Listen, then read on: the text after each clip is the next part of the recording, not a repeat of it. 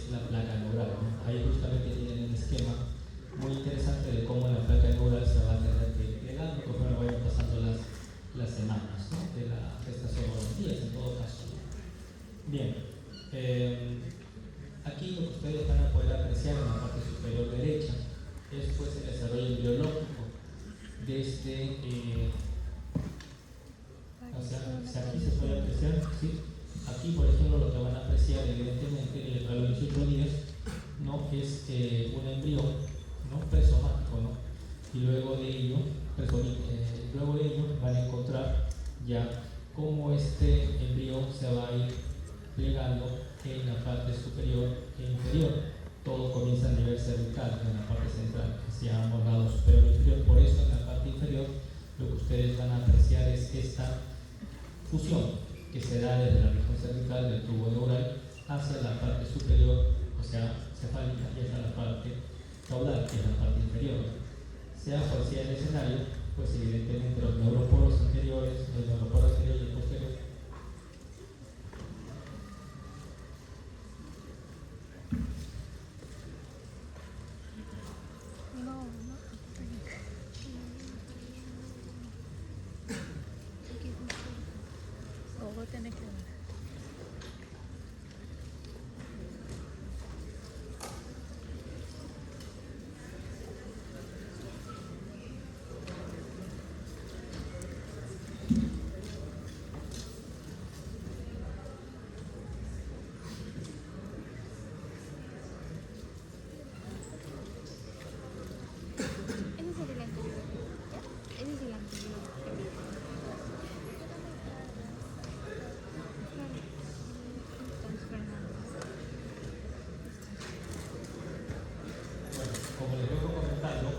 sea cual sea el escenario, tenemos dos neuroporos, el neuroporo anterior y el neuroporo posterior.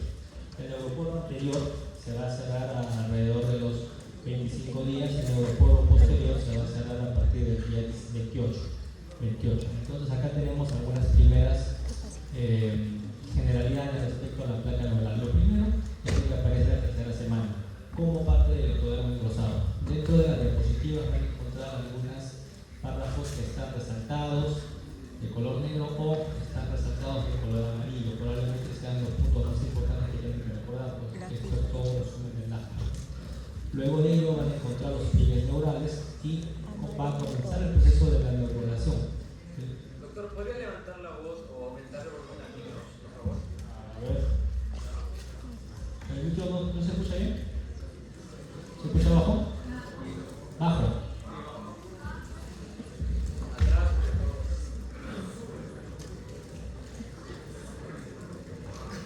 A ver, bueno, en todo caso, lo que tenemos que recordar es que la placa neural como tal va a tener la posibilidad de plegarse y su plegamiento se va a dar en ambos sentidos, hacia arriba y hacia abajo, craneal y caudal.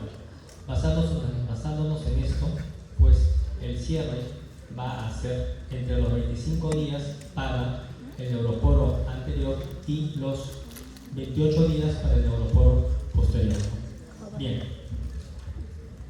para esto evidentemente van a influenciar una serie de proteínas, sean las proteínas que ustedes de repente habrán podido revisar en algunas lecturas que tienen que ver con algunos genes y también tienen que ver con algunos alimentos o vitaminas, como lo han visto en su momento, que es el complejo B o el ácido fólico. También van a encontrar, por ejemplo, los retinoides, ¿no? Sea cual sea nuevamente el escenario, van a encontrar ustedes que el neuroporo, como les digo, va a irse cerrando, 25 días para el anterior y 28 días para el posterior, ¿no? Eso es el proceso de neurulación en la cual se va a cerrar el tubo neural como tal, ¿no? Ese es un proceso importante. Acá ustedes van a encontrar un poco más de lo mismo. En la parte superior lo que van a encontrar son estas dos gráficas en las cuales pues vean ustedes cómo a nivel cervical se va a ir centralizando este cierre, ¿no? Y los omitas que están en la parte intermedia, ¿no? A ambos lados, ¿no? Luego de ello, pues en la parte inferior de esta gráfica también van a encontrar cómo el tubo neural, los bordes laterales se van a ir ubicando hacia la parte central. Aquí lo que ustedes van a encontrar es un resumen estructural temporal de lo que van a apreciar durante las fases desde la placa neural hasta el plegamiento de los surcos y finalmente la formación del tubo neural. Eso es lo que pasa y ese es todo el motivo por el cual la clase se va a centrar. Luego de ello van a poder encontrar cómo se forma el sistema nervioso central. Hablamos del cerebro, el cerebelo y otras estructuras, y también cómo se va a formar la columna vertebral hacia la parte inferior, ¿no? Con todos los sistemas nerviosos periféricos, el sistema nervioso simpático y parasimpático. Bien, este esquema en la parte inferior es una gráfica que les muestra cómo es la evolución de las vesículas cerebrales. Las vesículas cerebrales primarias son el número de 3: prosencéfalo, mesencéfalo y romboencéfalo. Cada una de ellas va a dar origen a diversas estructuras. Por ejemplo, en la gráfica inferior ustedes van a encontrar que el prosencéfalo va a avanzar hacia lo que es el telencéfalo, o sea, los lóbulos cerebrales, junto con el diencéfalo. El mesencéfalo se convierte como tal en el mesencéfalo sin mayor tipo de cambios, y el romboencéfalo, como es rombo, tiene que ver mucho con el cortoventrículo, así es que tiene que ver mucho con la parte posterior, con el cerebro posterior, el que es el metencéfalo, y el mielencéfalo, que ya está dado pues por la columna o por la médula espinal, ¿no? Entonces, hasta ahí es como se va distribuyendo también las vesículas cerebrales primarias, y luego ya hemos visto las secundarias, que se van a dar a partir de la semana 5 en promedio, ¿no? Acá tienen un poco más de lo mismo con las 3 vesículas iniciales, y luego de ellas se van a ir formando las vesículas secundarias como lo hemos estado apreciando, ¿no? Acá ustedes van a encontrar ya en detalle qué cosa va a generar cada una de las vesículas secundarias. Por ejemplo, el telencéfalo va a dar origen a lo que es los hemisferios cerebrales y ventrículos laterales. Recuerden que los ventrículos van a ser unos espacios por los cuales va a discurrir el líquido cefalorraquídeo. Y el líquido cefalorraquídeo es producido por los plexos corvideos, ¿no? Este líquido cefalorraquídeo cumple con varias funciones, siendo la más importante la de amortiguar el cerebro frente a algún tipo de traumatismo. Este líquido cefalorraquídeo se produce en un volumen de aproximadamente 500 centímetros cúbicos al día, ¿no? Por ahí ustedes van a encontrar dentro de las diapositivas que existen ciertas enfermedades congénitas que pueden producir alteraciones en el flujo del líquido cefalorraquídeo, siendo la más gravitante evidentemente la hidrocefalia, ¿no?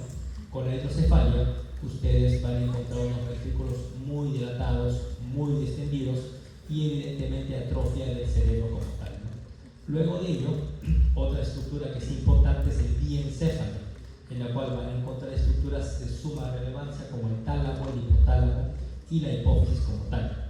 Luego van a encontrar el mesencéfalo, en los cuales las estructuras que están en relación directa con ello o que van a derivar de él van a ser los cortículos anteriores, que son los visuales, y los posteriores, que son los auditivos. Posteriormente van a encontrar ustedes el metencéfalo, de los cuales va a partir el cerebelo y el puente. Luego de ello, el mielencéfalo para el bulbo raquídeo y posteriormente la médula, ¿no? Entonces vean ustedes que esto está organizado de tal manera que cada estructura va a derivar a otra, y así sucesivamente ustedes van a ir encontrando una relación directa entre lo que es los reparos anatómicos con la embriología, ¿no? Y en la parte inferior lo que ustedes van a poder apreciar es el sistema ventricular, ¿no? Quiere decir esos espacios que tienen líquido en su interior, ¿no? Siendo estos espacios, el canal central va a evidentemente estar lo que es, va a constituir lo que es la luz, o sea, el espacio de la médula espinal. El cuarto ventrículo, que está a nivel del romboencéfalo, quiere decir en la parte posterior del cerebelo. El tercer ventrículo, que está dentro del diencéfalo. Los ventrículos laterales, que están dentro de los hemisferios cerebrales. Van a encontrar el acueducto de Siglio, que es el que conecta el tercer y el cuarto ventrículo, y finalmente el foramen, que luego va a producir el agujero de Monroe, que comunica los ventrículos laterales con el tercero. Usualmente la hidrocefalia se va a dar por alteraciones del acueducto de Siglio en los pacientes neonatos o en los que tienen este tipo de problemas congénitos. En el adulto también va a haber hidrocefalia, pero por otro tipo de causas, usualmente infecciosas. Y dentro de las infecciosas resalta la cisticercosis como tal. Es decir, esa enfermedad en la cual se produce por quistes que son consumidos a través de la carne de cerdo, ¿no? Bien, acá tienen lo mismo.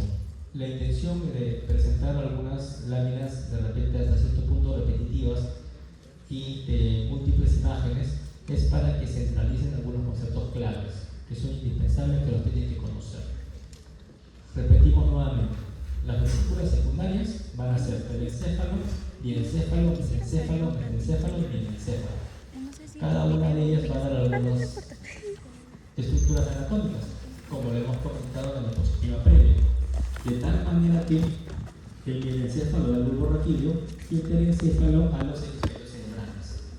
De esa forma ya es bastante, espero yo, difícil que se vayan a confundir en cuanto a las estructuras cerebrales y la derivación de cada una de ellas, ¿no?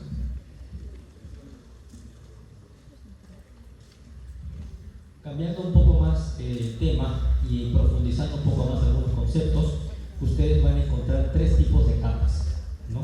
Tal y como lo pueden apreciar ahí, con el puntero de la computadora se va a ver muy bien. Acá tienen lo que es la capa neuroepitelial, por otro lado tienen la capa del manto y por otro lado tienen la capa marginal. ¿Qué es lo que importa? ¿Qué es lo que interesa? Que la capa del manto va a dar la sustancia gris y la capa marginal va a dar la sustancia blanca, por ejemplo. Quiere decir que estas estructuras derivan a esos dos previos, futuros, ¿no? Y luego tienen la capa neuroepitelial. La capa neuroepitelial tiene una característica que su epitelio es pseudoestratificado, ¿no? Y es una de las capas responsables de la proliferación neural. Bien, justamente en esta diapositiva ustedes van a encontrar algunas características de las células neuroepiteliales. La primera de ellas, como les expliqué en la diapositiva previa, es que su epitelio es pseudoestratificado. Por lo tanto, estas células van a estar dispersas en todo el espesor de la pared del tubo neural, ¿no? Luego de ello, van a transformarse en lo que son los neuroblastos. Esa es la evolución de las células epiteliales, ¿no? Y de ahí en adelante hay otra gráfica en la cual les voy a explicar toda la evolución de estos neuroblastos en los distintos tipos de estirpe celular, ¿no? Voy a avanzar un poco en la diapositiva para que lo vean. Aquí, por ejemplo, lo que ustedes van a encontrar son los diversos tipos de las células nerviosas que parten a partir del neuroepitelio como tal. Van a encontrar entonces células evidentemente prácticamente totipotenciales que por un lado van a terminar produciendo lo que son las células de mesénquima, los astrocitos tipo 2, astrocitos tipo 1, van a producir además las células ependimarias dentro de su desarrollo global de este tipo de estructuras. Como pueden ver, acá tienen toda la clasificación de los distintos tipos de células nerviosas y cómo ellas van a ir evolucionando. Voy retrocediendo las diapositivas, acá un poco más de lo mismo, para que fijen el concepto. Células neuroepiteliales, los neuroblastos, lo que finalmente me conlleva a las neuronas maduras. Por otro lado, los glioblastos, que son las células de sostén, que van a ir a dar todo lo que son los astrocitos, fibrilares, oligodendrocitos, etc. Y por otro lado, las células ependimarias, que van a derivar de las células del epitelio. Retrocedo a las diapositivas y retomamos este segundo aspecto que es importante. Para recapitular, lo primero que hemos visto guarda relación estricta con las vesículas cerebrales, ¿no? Que el número de 3, siendo las primarias, pasan a ser 5 secundarias y de ahí en adelante toda la bifurcación que hemos comentado. Hasta ahí no es nada complicado, solo tienen que aprender algunos conceptos. Prosencéfalo, mesencéfalo y todos los demás.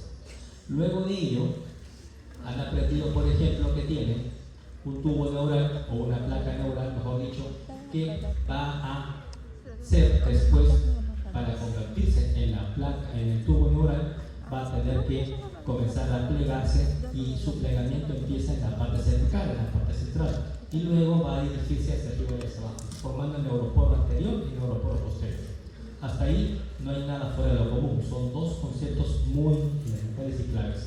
El tercer concepto, que es de suma importancia que recuerden, tiene que ver con el desarrollo de las placas. Muchas de las preguntas de examen van a guardar relación con qué hace la placa alar, qué hace la placa basal, si está ubicada en la región dorsal, si está ubicada en la región ventral, si tiene células motoras o si tiene células sensitivas. Existe una correlación. Todo lo que es placa alar es dorsal. Alar, dorsal. Y si es alar y es dorsal, obviamente es posterior, o dorsal es posterior. Si es alar, dorsal, tiene que ser sensitivo. Esa relación tiene que darse. Alar, dorsal, sensitivo. Alar, dorsal, sensitivo. Ese es el punto clave que tienen que recordar. El otro punto importante a recordar es que la placa basal va a ser ventral. B con B, B grande, B chica, con quién, ¿no? Basal, ventral. Y si es basal, ventral, va a ser motor. Y todo lo que es ventral es anterior. Entonces, hasta ahí tienen una división bastante clara respecto a la inervación de tipo sensitiva, que está ubicada en la región posterior por medio de la placa alar, y a lo que es la inervación motora, que es a nivel ventral, quiere decir a nivel anterior o basal, ¿no? Como corresponde aprender también en la médula espinal, ustedes van a encontrar la placa del pecho por un lado y la placa del piso, en los cuales pues va a haber cruces de fibras nerviosas, pero no va a haber ningún tipo de célula nerviosa ahí, o sea, no va a haber neuroblastos, ¿no? Un surco limitante, que es una hendidura que va a dividir ambas placas, ¿no? Y por otro lado, ustedes van a encontrar este dibujo del asma, en los cuales, haciendo una correlación, van a tener lo siguiente: placa alar a la parte posterior o dorsal, placa basal hacia la parte anterior o ventral, ¿no? La placa alar, que es dorsal, sensitivo, y la placa basal, que es ventral, siendo anterior, es motor. Esa correlación tiene que ser exacta y no se les puede olvidar, ¿correcto? Hasta ahí hemos aprendido, creo yo, poco más del 30 o 40% de la información que tienen que conocer, porque todo lo demás va a ser mucho más digerible, ¿no? Entonces continuamos con la exposición, ¿no? De aquí en adelante, en la médula espinal van a encontrar conceptos muy claros. Por ejemplo, ya les he dicho, todo lo que es anterior es motor, y acá dice en la primera letrita: hasta anterior, área motora, placa basal. A nivel posterior, hasta posterior, sensitivo, placa alar. Sigue estando la misma relación y eso no va a cambiar. A nivel intermedio ya tienen las fibras del sistema nervioso simpático, que viene a ser desde T1, o sea, la torácica 1, hasta T2, L2 o L3, ¿no? Aquí en la parte inferior, ustedes van a ver de azul lo que es la placa alar, que como les dije es sensitivo, y lo que es la placa basal, que es anterior y por lo tanto es motor. Estas dos fibras se van a juntar y van a formar lo que finalmente nosotros conoceremos como nervio raquídeo o nervio espinal. Entonces, estos se juntan y finalmente forman el nervio espinal. Hasta ahí tampoco hay mucha complejidad de la información que les estamos dando, ¿no? Y esto es lo mismo que les estoy explicando. Por un lado, van a tener ustedes la raíz dorsal, que es sensitiva, y por otro lado van a encontrar la raíz motora, que es ventral o anterior. Ambas se juntan y forman el nervio espinal, ¿correcto? Y de ahí en adelante, la inervación para todos los órganos del cuerpo que ustedes conocen, o para la piel, o para los músculos, o para el corazón, o etcétera, etcétera. De esa manera, ya prácticamente vamos a pasar al siguiente punto, que tiene que ver mucho, que hemos hablado, con el desarrollo de los neuroblastos o el neuroepitelio, ¿no? Recuerden ustedes que para tener una neurona adulta tiene que haber una serie de pasos previos, y todo comienza aquí, en la neurona apolar. La neurona apolar va a ir avanzando, va a ir progresando y finalmente termina avanzando hacia bipolar, luego multipolar y finalmente la neurona adulta. Recuerden ustedes que las neuronas no tienen capacidad de división, pero eso usualmente ocurre cuando ya está el sistema nervioso completamente desarrollado. Hasta antes de eso sí existe multiplicación neural, por eso es importante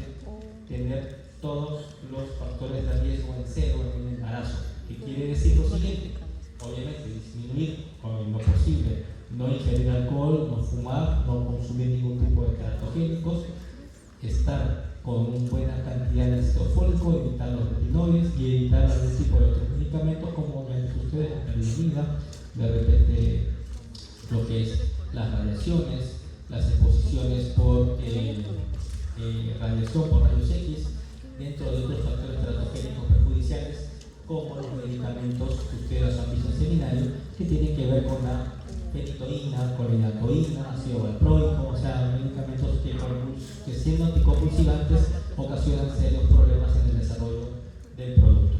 Y evidentemente están alejados de las infecciones virales, el TORCH, rubiola, citomegalovirus, etc. Bien, seguimos avanzando. Luego de ello van a encontrar las células de sostén, que son las células de la glía, son los glioblastos, ¿no? Finalmente estos glioblastos lo que van a hacer es transformarse en astrocitos, microglia o oligodendrocitos, o en su defecto también finalmente las células epiteliales. Estas gráficas corresponden al acta, así es que si van a buscar más información al respecto, tendrían que revisarlo con más detalle más tarde, ¿no? ¿Le entregaron el puntero? Sí, correcto. Obviamente esto de acá es como un proceso de puntero. Sí, bueno, esa gráfica ya la hemos visto, esa también la hemos visto, seguimos avanzando. Bien, la cresta neural. ¿Qué estructuras son las que se derivan de la cresta neural? Primero que nada, tienen que aprenderse algunos conceptos. Van a derivarse los ganglios sensitivos, los neuroblastos autónomos, las células de Schwann, que tienen que ver mucho con la mineralización, las células pigmentarias, que tienen que ver con los melanocitos, es decir, las células de la piel, que van a dar la coloración a la misma, los odontoblastos, que tienen que ver con la formación dental, los arcos faríngeos y los ganglios sensitivos. Todas estas estructuras van a depender de la cresta neural, y eso es importante que también lo recuerden, para luego ir avanzando y ya fijando algunos conceptos claves respecto a lo que es, por ejemplo, el sistema nervioso central y el sistema nervioso periférico. El sistema nervioso central guarda relación con el oligodendrocito, mientras el sistema periférico guarda relación con la célula de Schwann. Por otro lado, el origen celular del sistema nervioso central tiene que ver con el glioblasto. El sistema nervioso periférico tiene que ver con la cresta neural como tal. En cuanto a la relación, un oligodendrocito puede minimizar hasta 50 axones, mientras que a nivel periférico, cada célula minimizada solo va a poder trabajar sobre un axón. Entonces van a encontrar embriológicamente diferencias fundamentales entre lo que es el sistema nervioso central y el sistema nervioso periférico. Finalmente, al cuarto mes fetal, las vías nerviosas comienzan a hacerse obviamente mucho más hasta aproximadamente un año postnatal, que es el tiempo en el cual ya todo el sistema nervioso central probablemente está desarrollado, ¿no? Mientras el sistema nervioso periférico, ya a partir del cuarto mes más o menos fetal, su desarrollo es hasta el nacimiento aproximadamente, ¿no? Bien. Ahora vamos a pasar a otro punto del desarrollo del sistema nervioso central, y este tiene que ver con el nervio espinal. Ya previamente habíamos revisado algunos conceptos como de la placa alar, la placa basal, como lo que es la parte dorsal, la parte ventral, si es motora o sensitiva, etc., ¿no? ¿Por qué? Porque estas raíces se van a formar en nervios, y ese nervio va a ser llamado el nervio espinal. Como tal, embriológicamente, las fibras van a ser nerviosas, motoras y sensitivas. Eso es lo que ya hemos visto. Hasta ahí no hay nada nuevo, ¿no? La formación de las fibras motoras se va a dar a partir de aproximadamente la cuarta semana. Por otro lado, el origen celular, tal y como está ahí en color un poco más oscuro, se va a dar a partir de las células de la placa basal. Eso ya lo hemos visto. Y a través de las raíces ventrales, que también ya hemos visto sus puntos, porque son correlativamente hablando, lo anterior es ventral, lo ventral es motor. Eso ya lo tenemos claro, ¿no?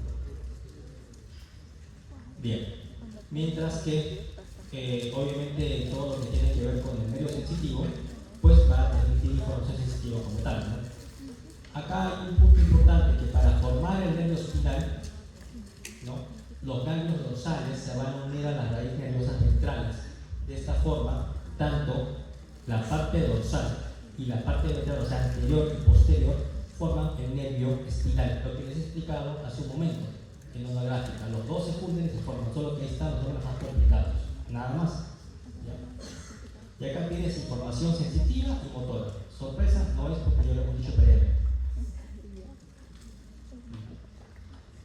Bien, acá fíjense en lo que es la mielinización de los nervios periféricos. Esta parte de mielinización de los nervios periféricos, como les expliqué en su momento en una gráfica o dos pasadas, se va a dar a través de las células de Schwann. Las células de Schwann tienen que ver con la mielinización de los nervios periféricos. Eso usualmente es pregunta siempre que lo ponemos. Luego tienen que al cuarto mes fetal muchas fibras nerviosas van a adquirir obviamente esa característica del nervio, que es blanquecino. Recuerden ustedes que el nervio periférico tiene que llevar información prontamente, rápidamente, de tal manera que ustedes van a encontrar fibras de tipo A, de tipo B o de tipo C, ¿no?, que tienen que ver con la transmisión de la información de manera muy rápida hacia el cerebro para hacer la información consciente, ¿no?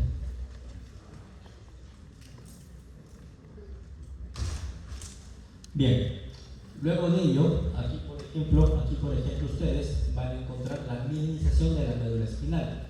Esto se da a través de la oligodendroglía, Eso es lo que hemos visto ya en la gráfica pasada, ¿no? Obviamente vamos a seguir, ya que esto va a continuar hasta el año de vida de la etapa postnatal, ¿ya?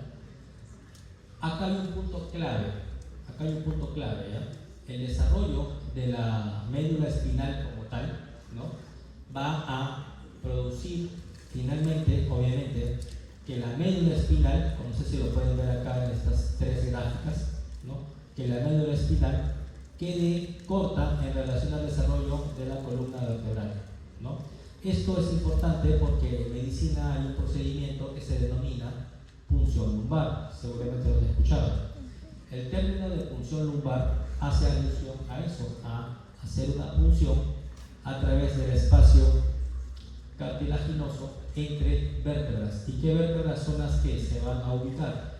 La vértebra L4, lumbar 4 y la vértebra lumbar 5. Entre L4 y L5 es donde se puede realizar la punción lumbar. Y la pregunta es, ¿por qué hacemos o por qué haríamos una punción lumbar en un paciente, ¿no? La respuesta es pues que buscamos muchas veces infecciones. En el sistema nervioso central pueden alojarse dentro del líquido cefalorraquídeo infecciones como virosis o infecciones bacterianas, conocidas como meningoencefalitis o meningitis, como un término mucho más coloquial, ¿no? Estas infecciones hacen que el líquido se altere. Entonces, médicamente, nosotros podemos extraer el líquido cefalorraquídeo colocando una aguja entre el espacio L4 y L5, y de esa manera, con la cantidad de líquido que hemos extraído, vamos a poder, ¿qué cosa? Vamos a poder saber qué características tiene este líquido. Y en neurología es sumamente importante saber estas características, pero más importante es saber dónde vas a hacer la punción. Otros que realizan las funciones no son solo los neurólogos, también son, bueno, los médicos de UCI cuando van a hacer funciones lumbares, o también los anestesiólogos cuando te van a hacer dormir por algún tipo de cirugía, ¿no?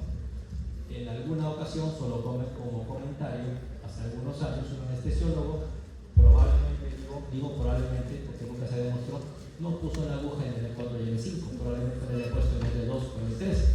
¿Y qué creen que pasó? ¿Qué creen que pasó? Si haces la punción más arriba, ¿qué puede pasar? Coges nervios, ¿correcto? Y si coges nervios, ¿qué va a pasar? Puedes quedar cuadripléjico o no, pero sí puedes quedar parapléjico. Es el paciente que va parapléjico, ¿no? Entonces, hay errores que a veces son sumamente graves por exceso de confianza, por mal reparo anatómico o por falta de experiencia, ¿no? Entonces la punción lumbar es sumamente importante para la medicina, para nosotros sí es sumamente valiosa porque nos permite tener una herramienta muy importante no solo para exámenes de diagnóstico de infecciones, sino también para anestesiar a los pacientes, ¿no? Entonces, como pueden ver ahí, hacia el tercer mes de desarrollo embrionario, lo que ustedes van a encontrar es pues, que la médula espinal se extienda a todo lo largo del embrión, así que ahí no hay ningún problema, aparentemente, ¿no? Luego, al nacer, el extremo terminal de la médula espinal se ubica a nivel de la tercera vértebra lumbar, pero ya en el adulto, prácticamente, la médula espinal va a terminar entre L2 y L3, ¿no? Por eso está que el procedimiento lo hacemos entre L4 y L5, donde estamos convencidos de que no hay de que no hay posible lesión del embrión.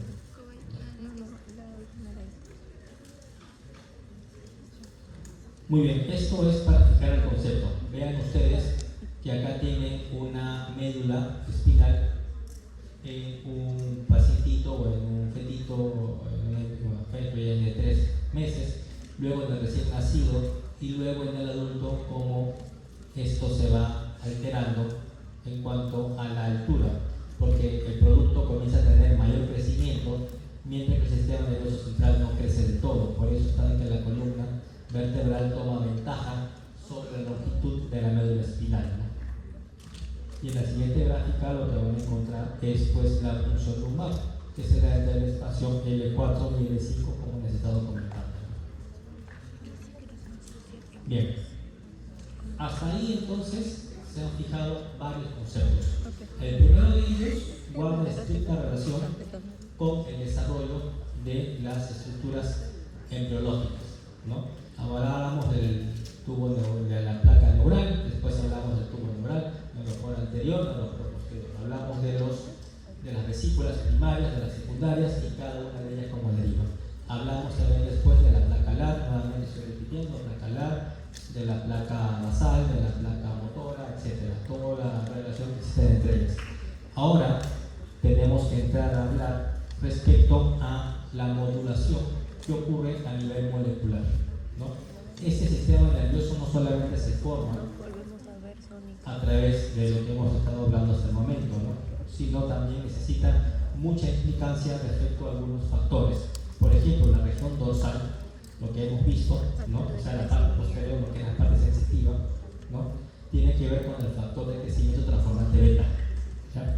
Y este secretado por la región dorsal del tubo neural. Y acá van a encontrar algunas proteínas como la BMP4, ¿no? Las 5 y las 7, la activina y la dorsalina. Luego, en la parte ventral, o sea, en la parte anterior, van a encontrar una estructura que se llama la notocorda. En una gráfica posterior se lo voy a mostrar. La notocorda me va a producir esta molécula que es el sodium PET-HOT, que es uno de los principales reguladores del desarrollo del sistema nervioso central. Prácticamente el equilibrio o el desequilibrio entre el PET-HOT y el factor transformante beta son los responsables de que ustedes y nosotros estemos aquí sentados y cogiendo la presa. Cuando existe una alteración en cuanto al equilibrio de ambos, probablemente no tengamos un buen desarrollo del cerebro y aparecen las complicaciones que lo he visto de repente en el seminario, desde la anencefalia, desde la prosencefalia, desde la raquisquisis o desde la mieloquisis y todos los quisis debe ser por haber, ¿no?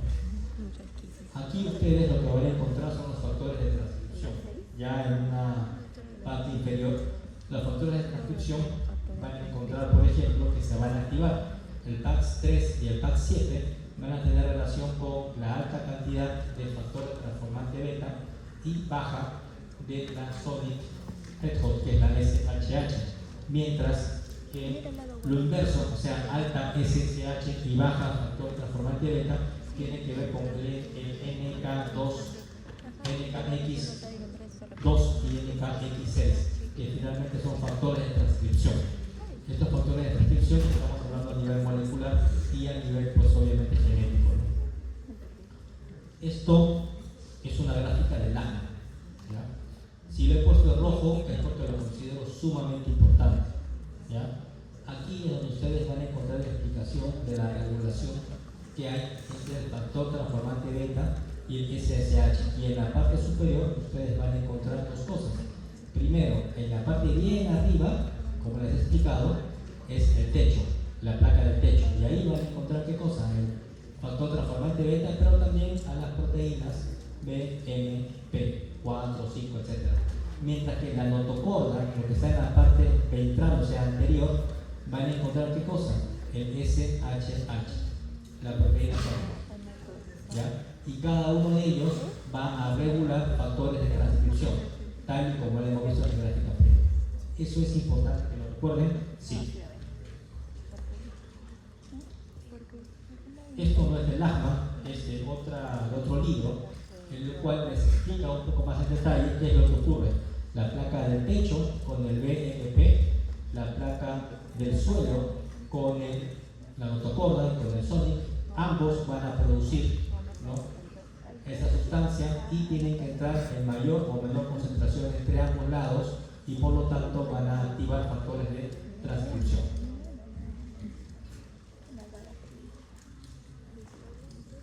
¿Y qué es lo que pasa cuando ocurre la alteración de este tipo de moléculas? Lo que pasa pues son los defectos del tubo neural.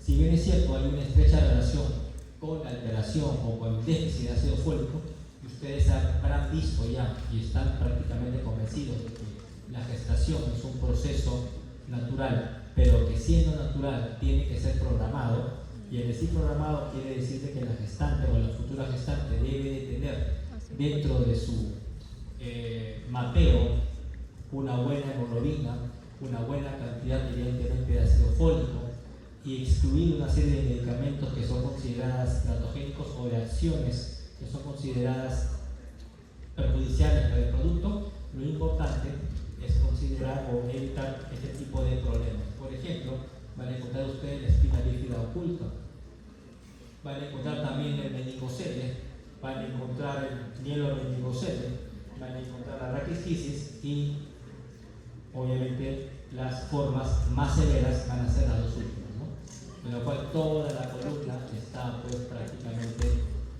abierta y la médula está fuera, ¿no? En los demás hay probablemente piel por encima, pero hay por un lado o espacio suprarrenal de una madre o lo mismo pero con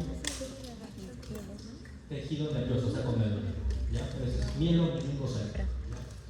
Y la forma más solapada es la espina bífida oculta. Es probable que alguno de ustedes la tenga sin haberse dado cuenta.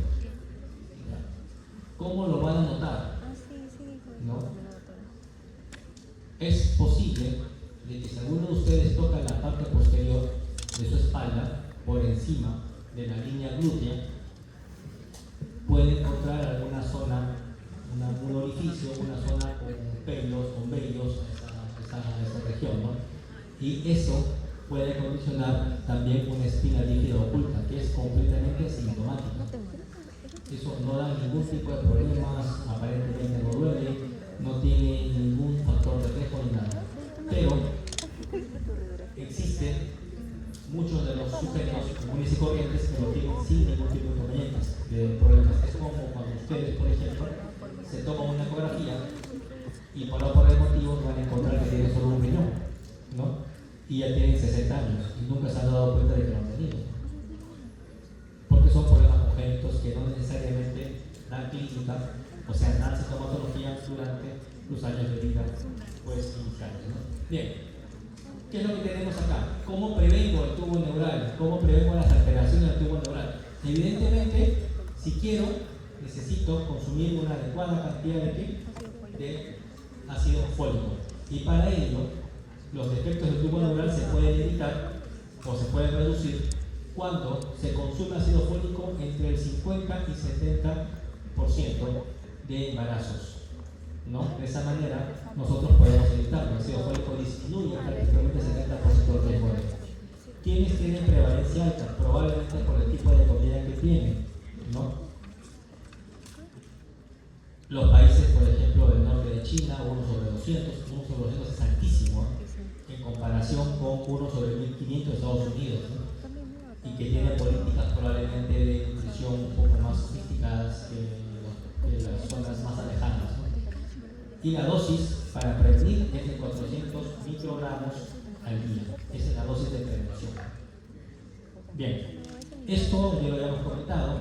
Tienen ustedes la espina bífida.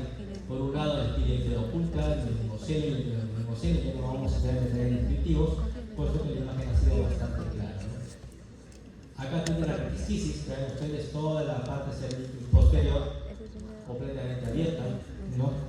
En la cual pues lo más probable está de que el pronóstico sea muy malo en las primeras horas o días de vida, ¿no? Hubo una mortalidad pues altísima, ¿no? Acá por lo menos hay algo de cierre que podría de repente tentarse alguna chance quirúrgica, pero los casos más graves evidentemente no tienen ningún tipo de reparación. A ver, ¿hay complicaciones asociadas a este tipo de problemas de defecto del tubo neural? Sí. Una es hidrocefalia, evidentemente. Si tengo la columna vertebral mal consolidada, mal formada, tengo la médula espinal no descerrada de todo, lo que va a pasar es que puede haber ¿qué cosa? Hidrocefalia. El 80% de casos desarrollan hidrocefalia, empezando por ahí. En otro porcentaje hay también hidrocefalia, pero que se acompaña ¿con qué? Con una hernia cerebelosa, lo que ustedes en el seminario conocieron como la malformación de Arnold-Chiari, ¿no? ¿Qué cosa es Arnold-Chiari? Arnold-Chiari viene a ser una malformación en la cual ocurre una hernia del cerebelo producto de hidrocefalia. Ese es el concepto, producto de hidrocefalia, ¿no? Obviamente estamos hablando otra causa de hidrocefalia, ¿no? Como tal. ¿Por qué? Porque les he dicho que lo más frecuente que ocurre es la alteración anatómica de los productos de Silvio cuando tengo hidrocefalia. Esta es hidrocefalia, pero que está condicionada por la alteración del desarrollo del tubo neural, que es otra causa. Hasta ahí tiene dos causas. Lo que importa aquí es lo que ustedes han visto durante todos los casi 12 o 13 semanas de neurología, ¿no? Y de genética, ¿no? La ecografía es sumamente valiosa para el diagnóstico de este tipo de problemas, pero no es cualquier ecografía. Usualmente son las ecografías genéticas de inicio que se toman en la semana 12 o 13 y la ecografía morfológica que se toma en la semana aproximadamente 16, ¿no? En los cuales ustedes van a poder ver las estructuras fetales por medio del ecógrafo y van a poder decir si el paciente tiene o no algún tipo de malformación estructural. ¿Para qué me sirve la ecografía? Primero, para la detección prenatal. Segundo, para ver el desarrollo del producto. Y tercero, si existe o no posibilidades de cirugía dentro del útero. Quiere decir, estimados, de que se puede operar siempre y cuando el producto esté por encima de las 22 semanas en adelante. ¿Ya? Tú diagnosticas un problema en la semana 16. Si es que es reparable, se puede hacer intraútero a partir de la semana número 22.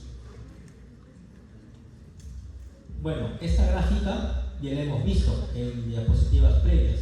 Tiene que ver con las vesículas y el desarrollo de cada vesícula hacia las vesículas secundarias y finalmente hacia las estructuras que derivan de cada una de ellas. No entramos en detalles y esto es un poco más de lo mismo, ¿no? El desarrollo de las vesículas iniciales, como ven acá, ¿no?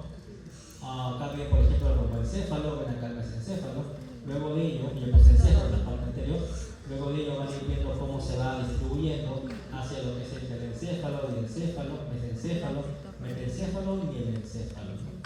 Vean ustedes cómo se da esta distribución anatómica a medida que el pliegue neural se va a ir cerrando. Obviamente van a aparecer nervios que tenemos que ir mencionando de a poco en lo que queda de la clase, que debe ser algo más de media hora, ¿no? Van a encontrar ustedes nervios craneales del número par del 1 al 12, que ya los han visto posiblemente en algún momento, ¿no? Bien. Esta parte es un poco más complicada, ¿ya? En esta parte nosotros vamos a coger el romboencéfalo y lo vamos a partir por la mitad, ¿ya?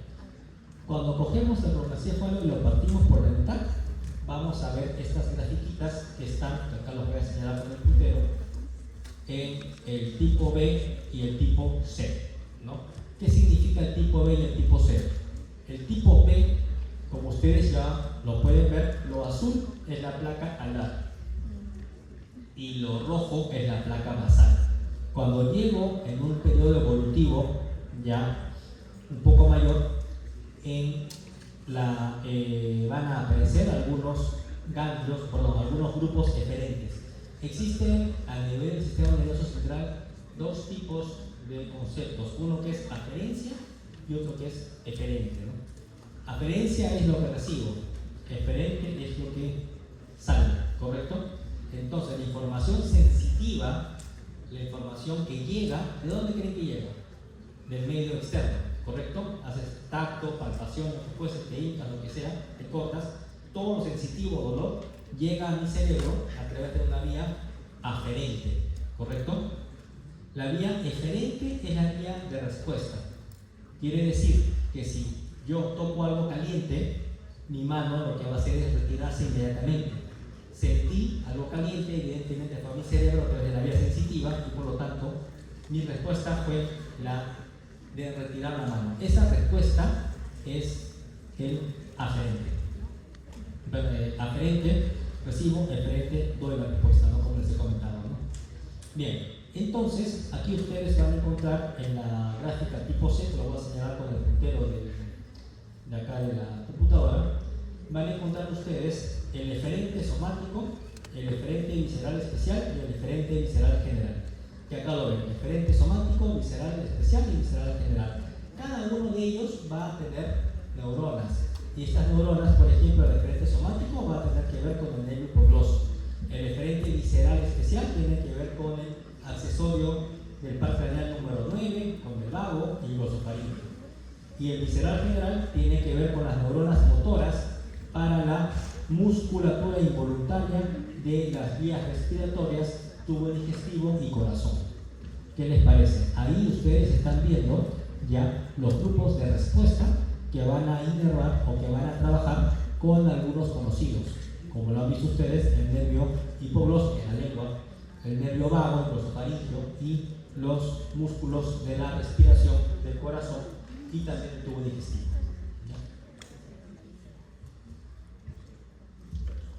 Como les comenté, vamos a encontrar nosotros aquí la placa alar es sensitivo y lo que es sensitivo se encuentra en la parte, ¿no? Relacionada con los aferentes somáticos, ¿no? Entonces acá van a encontrar ustedes aferente somático, aferente especial y aferente visceral. Es lo mismo que la diapositiva previa, solo que aquí el término es eferente y aquí es aferente, ¿ya? Lo aferente es sensitivo, mientras que lo eferente es usualmente motor, ¿ya? Y acá tienen ustedes estos núcleos aferentes, como pueden ver por acá. Aferente, que está ubicada en azul, y lo azul lo hemos dicho más de una vez que es la placa alar, ¿no? Y la placa alar es dorsal, ¿no? Aquí está, dorsal.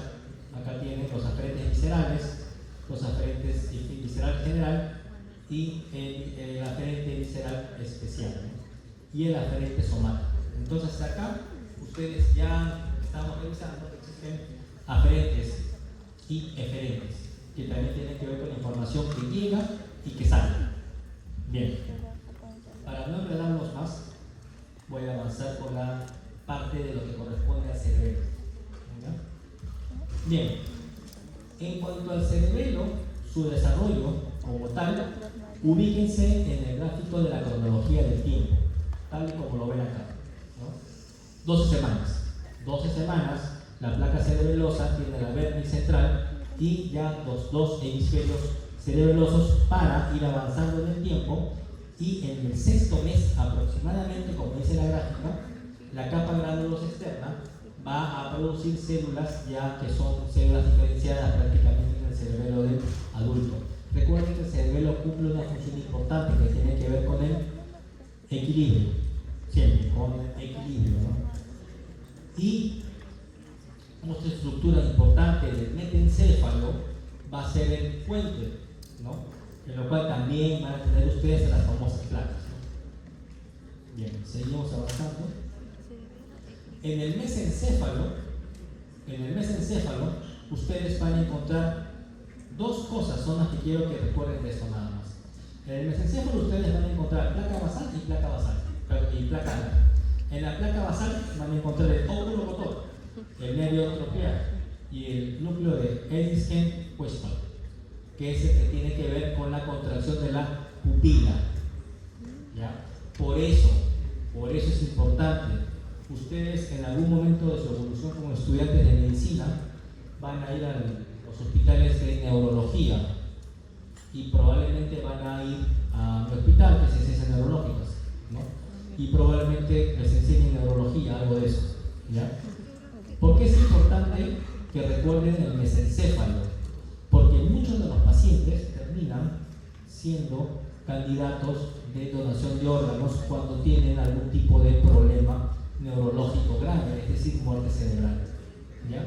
¿Alguno de ustedes ha sido curioso y se ha puesto una linterna en los ojitos o ha puesto una linterna en sus compañeros para ver si la pupila se achica o se agranda? Sí, ¿no? Más seguro que sí, ¿no? ¿Por qué hago esta pregunta? Porque la pupila reacciona a la luz. ¿Se cierra o se dilata? ¿Correcto? Así, miosis o migrasis. Hasta ahí no hay nada nuevo, ¿ya? Pero esa respuesta es dada por el mesencéfalo. Quiere decir que si tu mesencéfalo funciona, es porque tu pupila, si tu pupila funciona, es porque tu mesencéfalo funciona. Si tu pupila se dilata como plato, y por más que le pones la lupita, la linterna, lo que fuese, sigue dilatada, y estás en coma, lo más probable es que tu cerebro esté muerto. ¿Ya? ¿Por qué? Porque estos núcleos son muy sensibles a grados de compresión cerebral por cualquier tipo de causa. Y nosotros en el hospital vemos muchos casos de pacientes con muerte cerebral. Y una de las primeras cosas que hacemos para ver si su cerebro no funciona es ver la pupila. Pupila como plato dilatada, prácticamente decimos que no hay mucho o nada que hacer, ¿no? A pesar de que su corazón funcione, de que su pulmoncito esté bien, el cerebro ya no funciona, ¿correcto? Y el segundo punto importante que tienen que recordar son las placas alares. Las placas alares tienen que ver con los folículos, sean anteriores, que tienen que ver con todo lo que es la reflejos visuales, y con los posteriores, con lo que tiene que ver con los auditivos. Quiere decir que esta parte es sumamente importante porque va a controlar por un lado la parte basal, la parte motora de los ojos y la parte de los fenómenos de dilatación pupilar. ¿Ustedes en algún momento han escuchado hablar de los ojos de muñeca? Para los que tienen muñeca, probablemente las señoritas, no creo que, no sé si los varones, pero quizás hay algunos, ¿no? Ustedes han visto cómo las muñecas giran sus ojitos cuando la mueven. Si ustedes se dan cuenta, la muñeca gira los ojos en la misma dirección que la cabeza. O sea, si ustedes giran la cabeza de la muñeca, los ojos también giran, ¿no? ¿Correcto? En un paciente que está en muerte cerebral pasa lo mismo. Si nosotros giramos la cabeza de un lado para otro, mi cabeza gira para allá, mis ojos se van para allá, ¿correcto? Mi cabeza se va para acá, mis ojos se van para allá. Eso es lo normal. Lo anormal es cuando mi cabeza se va para allá y mis ojos también. ¿Correcto? Eso es lo normal. Obviamente indica disfunción del mesencéfalo. Continuamos. Ya. Bien, tenemos todavía 20 minutos más, 25 creo, ¿no? Por medio. Vamos a ver cuánto vamos, a lo mejor no. Porque no terminamos, ¿ya? El mesencéfalo es mucho más sencillo, ¿ya? La parte más tediosa, más pesada, ha sido la parte que hemos visto ahora, ¿ya? Lo que viene es un poco más tranquilo, pues, que tiene que ver con el mesencéfalo. El mesencéfalo tiene que ver con el cerebro anterior, mejor dicho. Lo que es mesencéfalo, cerebro anterior, que es una vesícula primaria. Esto se divide en telencéfalo por un lado y encéfalo. El telencéfalo son los hemisferios cerebrales, ¿ya? Y el diencéfalo es la copa, es el tallo óptico, el hipófisis, es el tálamo, el hipotálamo, etc. En esta gráfica, ustedes van a poder apreciar, ojalá que se pueda ver bien, ¿no? estos espacios que ven acá. Esto en rojito son los plexos coroideos. Esto en rojito es lo que produce líquido cefalorraquídeo. Esto en blanquito es obviamente los ventrículos, ¿no? Y estos ventrículos tienen en su interior lo que produce el plexo coroideo, que es el líquido cefalorraquídeo. ¿Correcto? Hasta ahí no hay nada nuevo. Lo verdecito es el cuerpo estriado y lo medio anaranjado es el hipotálamo. Si el hipotálamo está por abajo, el tálamo tiene que estar por arriba. Por acá no lo vemos. ¿Ya?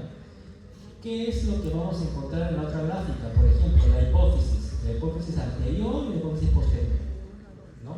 Estas son estructuras anatómicas, en este caso embriológicas importantes. Y aquí ustedes lo que van a encontrar, por ejemplo, acá está el hipotálamo, más arriba está el tálamo, hipotálamo está por debajo evidentemente, ¿no? El hipotálamo está por acá. Luego van a encontrar ustedes algunos agujeros de importancia, como el foramen de Monroe, que ya les expliqué, ¿no? Y así también van a encontrar, aunque acá no lo van a ver, lo que son las comisuras. De repente una gráfica siguiente está. Las comisuras van a ser estructuras que van a comunicar ambos lados del cerebro o estructuras del cerebro como tal, ¿no? Vean ustedes, avancemos. ¿Ya? Tenemos estructuras del diencéfalo, sea la epífisis, que es conocida como el cuerpo pineal, e involuciona. Cuando uso el término involucionar, significa de que en el adulto ya no se ve, ¿correcto? Y en todo caso, si lo llegamos a ver, se va a ver solo como una imagen calcificada. Quiere decir que esta epífisis desaparece, ¿ya? Se calcifica. Y por otro lado tengo el tálamo y el hipotálamo, que son estructuras sumamente importantes. Cuando un paciente tiene infarto cerebral y afecta el tálamo, el paciente deja de mover medio cuerpito, porque por ahí pasan todas las fibras nerviosas, ¿ya? El hipotálamo es el que tiene que ver mucho con la regulación de la temperatura corporal. Eso es sumamente importante. Hipotálamo anterior, hipotálamo posterior, termogénesis y termólisis, ¿ya? Luego van a encontrar acá qué cosa, a la hipófisis. La hipófisis va a tener tres estructuras: el infundíbulo, la bolsa de Rathke y la pars tuberalis, ¿no? Lo que interesa que recuerden, la bolsa de Rathke tiene que ver con el lóbulo anterior, es decir, la hipófisis, mientras que el infundíbulo tiene que ver con la neurohipófisis, es decir, lóbulo posterior. Continuamos. Doctor, sí. ¿La historia más o menos debería poner el QR? Para poder... Sí, en la diapositiva 80 está.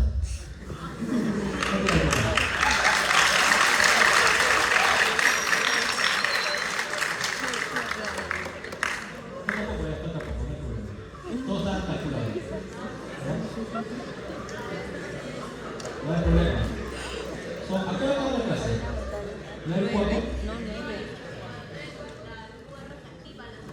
Ah, se activa esa hora. A ver, si se activa, entonces, a ver. Si es que se activa, estamos en la 43.